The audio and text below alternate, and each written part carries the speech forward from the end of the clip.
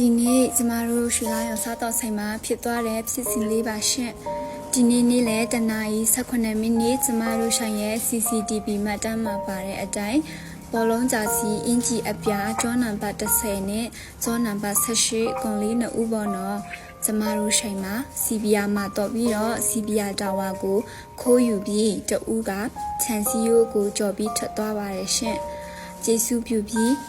ဒီနေ့ချက်ချင်းပြန်လာပို့ပေးစီရှင်ပါတယ်ရှင်အကယ်၍ပြန်လာမပို့ပေးပါကတိဆန်ရကိုအကျဉ်းချပြီးဥပဒေအရအေးအေးယူဆောင်ရွက်သွားပါမည်ရှင်ဒီကောင်လေးနဲ့ဥကိုလည်းတည်ရတူရရှိရင်အကျဉ်းချပေးဖို့မေတ္တာရက်ခံပါတယ်ရှင်